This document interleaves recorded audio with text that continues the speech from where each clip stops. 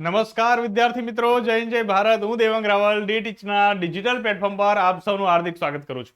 આપણે જોઈ રહ્યા હતા એબીસી ટુ એસેરેટિકનો કોર્સ, જેની અંદર પાર્ટ 1 પાર્ટ 2 કમ્પ્લીટ કર્યા. પાર્ટ 3 ની અંદર આજે આપણે આગળનો લેક્ચર જોવાના છીએ, use of here and there.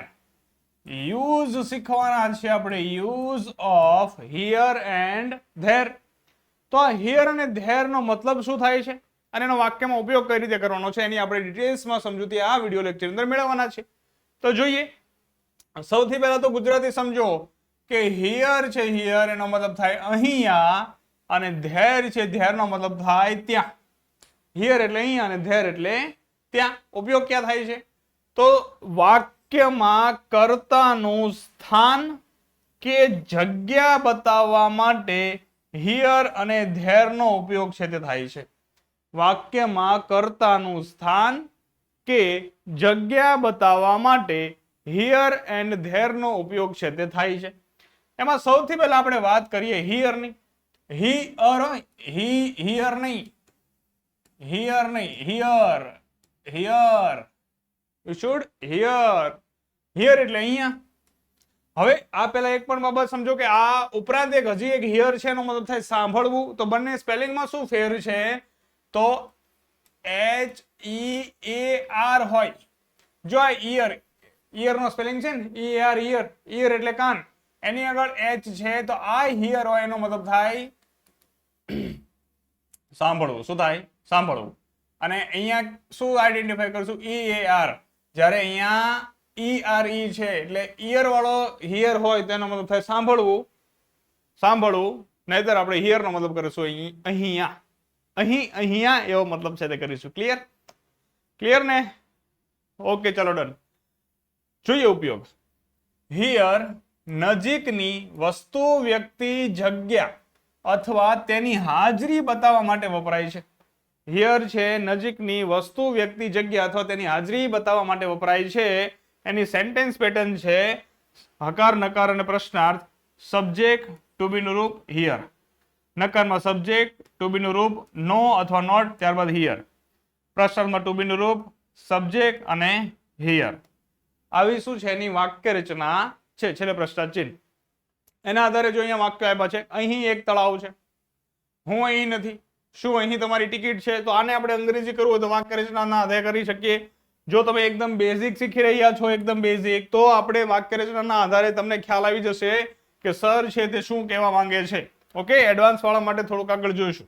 તો અહીં એક તળાવ છે, આ વાક્ય હકાર છે, તો અહીંયા સબ્જેક્ટ છે તળાવ, તો અહીંયા લખશું ધ પોન્ડ. પોન્ડ એટલે તળાવ. તો સબ્જેક્ટ ટુ બી નું રૂપ જો છે અને પોન્ડ એક વચન છે તો ઇઝ એમ આર માંથી ઇઝ લાગશે. ઇઝ ધ પોન્ડ ઇઝ, અને ત્યારબાદ હિયર, તો અહીંયા લખશું here. The pond is here. આ વાક્ય તમારું વાક્ય રચના પ્રમાણે થઈ ગયું. પણ આ ઉપરાંત તમે કઈ રીતે બનાવી શકો? તમે આવું પણ લખી શકો, હિયર ઇઝ ધ પોન્ડ. અહીં એક તળાવ છે. આ પણ સાચું. Okay, here is the pond, આ પણ સાચું. આ ધ છે, પોન્ડ, આ પણ સાચું. અને ધ પોન્ડ ઇઝ હિયર, આ પણ સાચું. જો તમે બહુ બેઝિકમાંથી એડવાન્સ તરફ જઈ રહ્યા છો, ABCD થી લઈને એક વિડીયો જોતા અહીંયા આવ્યા છો, તો તમારે આ સેન્ટેન્સ પેટર્નને ધ્યાને રાખવાની છે. અને તમે ડાયરેક્ટ એડવાન્સ છે તે પાર્ટ 3 જોઈ રહ્યા છો, તો તમે આના પછીના હું મોર એક્ઝામ્પલ આપું છું અને સીધા યાદ રાખશો એટલે તમને ખ્યાલ આવી જશે. ક્લિયર? હવે આજે હું અહીં નથી, તો સૌથી પહેલા સબ્જેક્ટ આઈ સાથે એમ ઇઝ આર માંથી એમ. અહીંયા આવ્યો છે નોટ, આઈ એમ નોટ. પછી મૂકી દો here, I am not here. હું અહીં નથી. I am not here. હું અહીં નથી, હું તો બહાર છું, બીજે છું. પછી જે પ્રશ્નાર્થ, તો પ્રશ્નમાં ટુ બી આવશે. પણ ટુ બી કોના આધારે આવશે મિત્રો? જે નામ છે, જે સબ્જેક્ટ છે એના આધારે આવશે. ફોર એક્ઝામ્પલ અહીંયા છે ટિકિટ, તો એક વચન આવશે, તો અહીંયા આવશે ઇઝ તમારી, તો અહીંયા આવશે યોર, ઇઝ યોર. અને ટિકિટ લખી દો TICKET.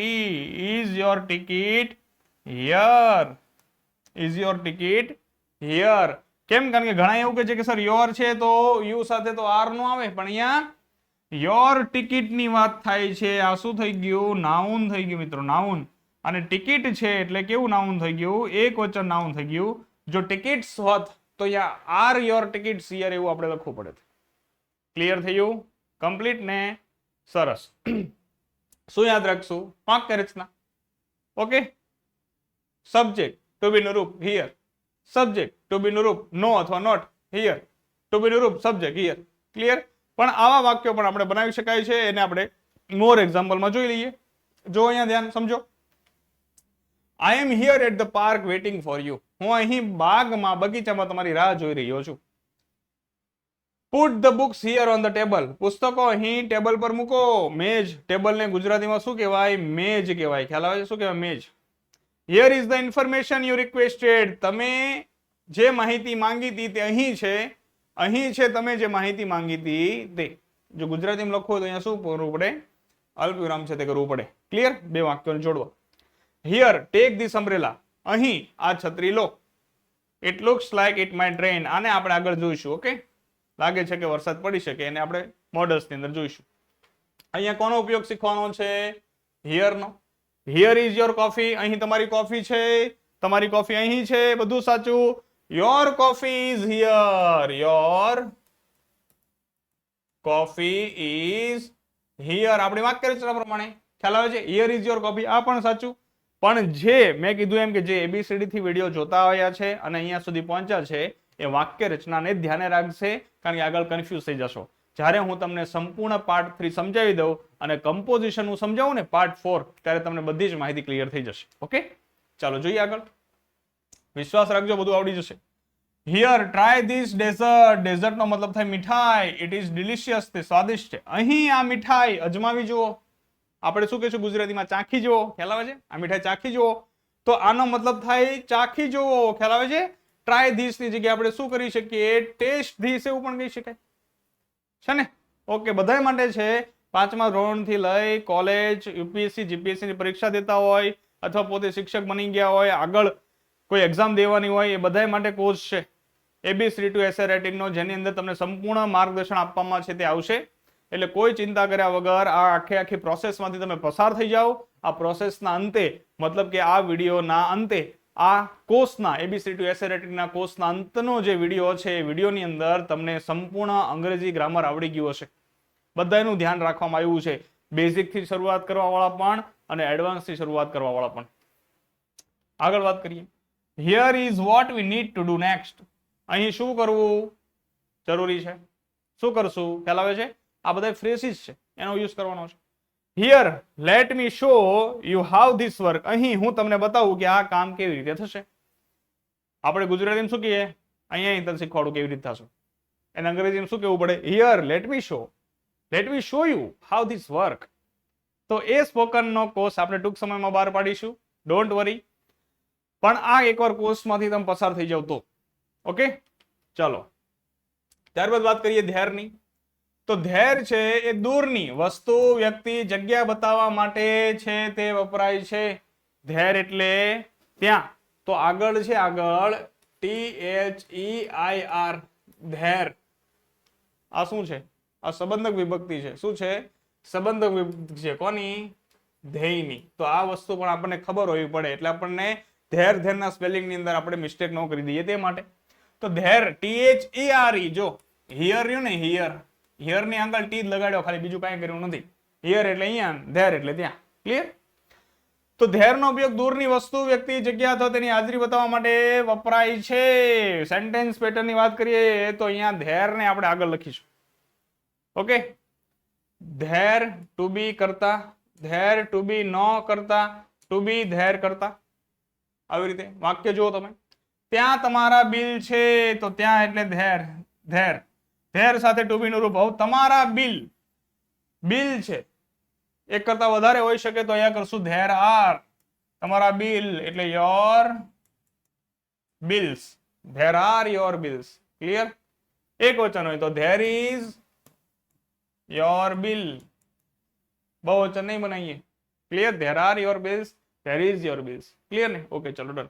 ત્યાં બગીચો નથી, તો અહીંયા લખીશું there is no park અથવા there is no garden.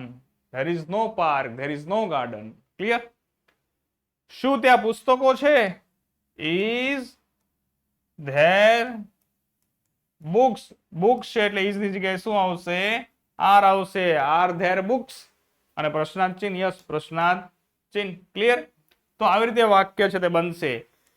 હવે તમે સમજો કે કોઈ પિક્ચરને આપણે ડિસ્ક્રાઇબ કરવું હોય અને પિક્ચર ઉપર શું આપેલું હોય? એક ઘડિયાળ આપી. તમે સમજો કે આ એક ચિત્ર છે અને આ ચિત્ર ઉપર એક ઘડિયાળ છે તે આપેલી છે.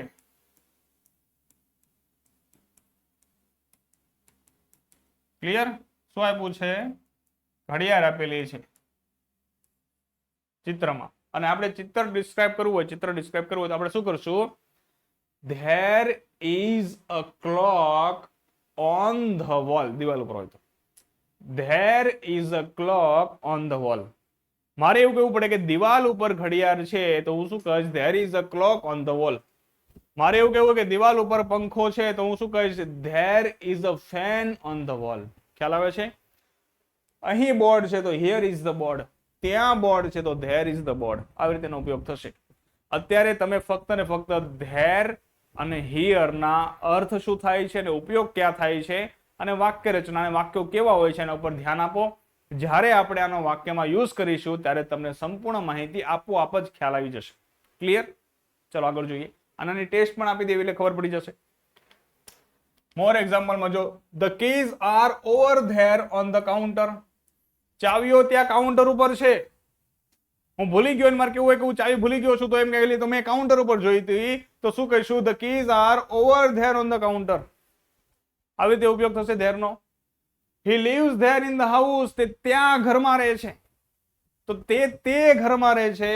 તે ત્યાં તે ઘરમાં રહે છે તો he lives there in that house. આવો ઉપયોગ થશે. કઈ રીતે થશે એવું સમજાવીશ તમને. There are many stars in the sky. આકાશમાં ઘણા તારાઓ છે. તો આ ગુજરાતી વાક્યની અંદર કોઈ જગ્યાએ તમને શું નથી આપ્યું? ત્યાં નથી આપ્યું. બોલો તો છતાં અહીંયા ધેર શું કામ મૂક્યું? કારણ કે આ વાક્યને જ્યારે તમારે ડિસ્ક્રાઇબ કરવા હોય ત્યારે તમારે ધેરનો ઉપયોગ કરવો પડશે. હું એમ કહું છું કે આકાશમાં ઘણા તારા છે, તેનું અંગ્રેજી શું કરશું આપણે? તો ટૂંકમાં એ અહીંયા નથી. તારા છે નું હું સ્થાન બતાવું છું. તારાઓનું હું સ્થાન બતાવું છું. તો એ સ્થાન બતાવવા માટે હું શું કહું છું? આકાશમાં તારા છે. જ્યારે હું ગુજરાતી બોલું છું તો એક શબ્દ હાઈડ થઈ જાય છે, એનો ઉચ્ચાર નથી થતું ને એ છે ત્યાં. મારો કહેવાનો મતલબ એમ છે કે ત્યાં આકાશમાં તારાઓ છે. ખ્યાલ આવે છે? પણ મારે ત્યાં બોલવાની જરૂર નથી પડતી કારણ કે તે ત્યાં ને તમે ઓલરેડી સમજી જાઓ છો. ખ્યાલ આવ્યો તમને? સમજાય છે ને? ચાલો. આ યોજના સાથે એક સમસ્યા છે. તો there is a problem with this plan. There is a problem with this friend. આ ફ્રેન્ડ સાથે એક સમસ્યા છે. ખ્યાલ આવે છે? તો ત્યાં ધેરનો ઉપયોગ થશે. ટૂંકમાં જો એક બીજી બાબત તમને સમજાવું કે જો તમે કોઈ સબ્જેક્ટનો ઉપયોગ ન કરી શકતા હોય તો તમે ધેરનો ઉપયોગ કરો ને તો ચાલે. ક્લિયર? જેમ કે ત્યાં જુઓ એક ધનુષ્ય છે. Look over there Rambo. આ તો અહીંયા ધેર છે. બગીચામાં એક બિલાડી છે. ચલો હવે આ વાક્ય છે કે બગીચામાં બિલાડી છે. તો જો સમજો સબ્જેક્ટ, વર્બ અને ઓબ્જેક્ટ. તો અહીંયા આવશે બિલાડી, સોરી કેટ. કેટ. વર્બ શું મૂકશું? ચલો છે એટલે છે. કેટ ઇઝ બગીચામાં in the garden. Cat is in the garden. બિલાડી બગીચામાં છે. ખ્યાલ આવે છે ને? પણ આ વાક્ય બોલવામાં કેટલું? There is a cat in the garden. ત્યાં બગીચામાં બિલાડી છે. ખ્યાલ આવે છે? એટલે વાક્યનો કેવી રીતે યુઝ કરવાનો છે એ બધું શીખવાનું છે આપણે. એટલા માટે ધેર છે તમારા માઇન્ડમાં ખાલી એટલું ક્લિયર થવું પડે કે ધેરનો મતલબ ત્યાં દૂરની વસ્તુ બતાવવા માટે એક વચન હોય, બહુવચન હોય. હિયરનો મતલબ અહીંયા નજીકની વસ્તુ બતાવવા માટે એક વચન હોય કે બહુવચન હોય. There was a time when we used to play here. એક સમય હતો જ્યારે અમે અહીં રમતા હતા. એક સમય હતો જ્યારે અમે અહીં રમતા હતા. There was a time when we used to play. There will be a meeting tomorrow. કાલે એક મીટિંગ છે. The meeting is tomorrow. કાલે મીટિંગ છે. There is a meeting tomorrow. અથવા there will be a meeting tomorrow. Meeting કાલે છે. કાલે meeting છે. તો ત્યાં there નો ઉપયોગ છે આપણે કરી શકીએ છીએ. There were many people in that event. ઇવેન્ટમાં ઘણા લોકો હતા. તો એ જો ભૂતકાળનું વાક્ય છે એટલે ટુ બી ના રૂપ કીધા છે. Am is, are, was, were, shall, will બધાનો ઉપયોગ છે તે કરી શકો છો. Am is are was were shall will. કેમ? કારણ કે ટુ બી ના રૂપો છે. ક્લિયર? વર્બના વિડીયો જોયો છે એને ખ્યાલ હશે. તો આવી રીતે એનો ઉપયોગ છે તે આપણે કરી શકીએ છીએ. મોટે ભાગે એનો ઉપયોગ ક્યાં થાય છે હવે સમજજો ખાસ, કારણ કે જો અત્યાર સુધી તમને ડાઉટ હશે કે આ તો કઈ ખબર ન પડી, કોઈ 5ની સ્પીડે જોયું તો હવે શાંતિથી એકવાર સમજી જાઓ કે હું શું કહેવા માંગતો હતો. કારણ કે મને એવું લાગે છે તમારી કમેન્ટ્સ ઉપરથી કે કાંઈ ખ્યાલ આવ્યો નથી. તો સમજો કે આપણે 10મા ધોરણની અંદર અને 9મા ધોરણની અંદર ચિત્ર વર્ણન આવતું હતું, એટલે કે પિક્ચર ડિસ્ક્રિપ્શન આવતું હતું. શું આવતું હતું? Picture description. થોડુંક આગળનું જોઈ લઈએ. પિક્ચર ડિસ્ક્રિપ્શન છે તે આવતું હતું. ઓકે, હવે એ પિક્ચરની અંદર દાખલા તરીકે સમજો કે અહીંયા એ ચિત્ર છે અને આ જે ચિત્ર છે આ ચિત્રમાં એક છે તે ઘડિયાળ આપી છે. શું આપી છે? ઘડિયાળ. હવે આ ઘડિયાળને મારે દર્શાવવી હોય, આ ઘડિયાળને મારે દર્શાવવી હોય તો હું કહીશ there is a clock in the wall. દિવાલમાં એક ઘડિયાળ છે. હું શું કહીશ? દિવાલમાં એક ઘડિયાળ છે. The clock is in the wall. આ વાક્ય બોલવામાં કોઈ ખોટું છે નહીં, પરંતુ જ્યારે આપણે કોઈ વસ્તુને દર્શાવીએ છીએ અંગ્રેજીમાં, સમજો, ધ્યાન આપજો, આ પોઈન્ટ જતો ન રહે. જ્યારે આપણે અંગ્રેજીમાં કોઈ વસ્તુને દર્શાવીએ છીએ એના સ્થાન સાથે, જ્યારે આપણે અંગ્રેજીમાં કોઈ વસ્તુને દર્શાવીએ છીએ તેના સ્થાન સાથે, જ્યારે આપણે અંગ્રેજીમાં કોઈ વસ્તુને દર્શાવીએ છીએ તેના સ્થાન માટે, તો જો એ વસ્તુ દૂર હોય તો એની માટે ધેર નો ઉપયોગ થશે, અને જો એ વસ્તુ નજીક હોય તો તેની માટે હિયર નો ઉપયોગ થશે. ક્લિયર? સીધે સીધું બોલવાનું નથી. સમજાણું કે નહીં? તો હું અહીંયા આવી રીતે વાક્ય નહીં લખું the clock is in the wall. ઘડિયાળ દિવાલમાં છે એવું નહીં લખું. હું શું લખીશ? there is the clock અથવા there is a clock in the wall. there is a clock in the wall બંનેનો મતલબ થશે દિવાલમાં ઘડિયાળ છે, ત્યાં દિવાલમાં ઘડિયાળ છે. પરંતુ મેં કીધું એ બાબત હંમેશા ધ્યાન રાખવાની કે ક્યારે કોઈ વ્યક્તિ કે વસ્તુનું આપણે સ્થાન દર્શાવીએ છીએ કે અહીંયા છે ત્યાં છે, તો એ સ્થાન દર્શાવવા માટે અંગ્રેજીમાં બે શબ્દો આપ્યા છે. જો એ નજીક હોય તો હિયર અને જો દૂર હોય તો ધેર. આટલી બાબત ક્લિયર થઈ ગઈ ને? બધો concept okay, done done done done done clear થઈ ગયો ને? બધો કોન્સેપ્ટ ક્લિયર? બસ આટલી વસ્તુ છે અને આટલી બાબત છે તમારે સમજી જવાની છે. ક્લિયર ને? ઓકે, તો હવે જો ક્લિયર થઈ ગયું છે તમારા માઇન્ડની અંદર તો તમે 10,000 પ્લસ MCQ સિરીઝની અંદર જઈ અને MCQ નું ટેસ્ટ છે તમે આપી શકો છો. એ આપી પોતાનું નોલેજ છે તમે તપાસી શકો છો. I hope you understand very well. Thank you.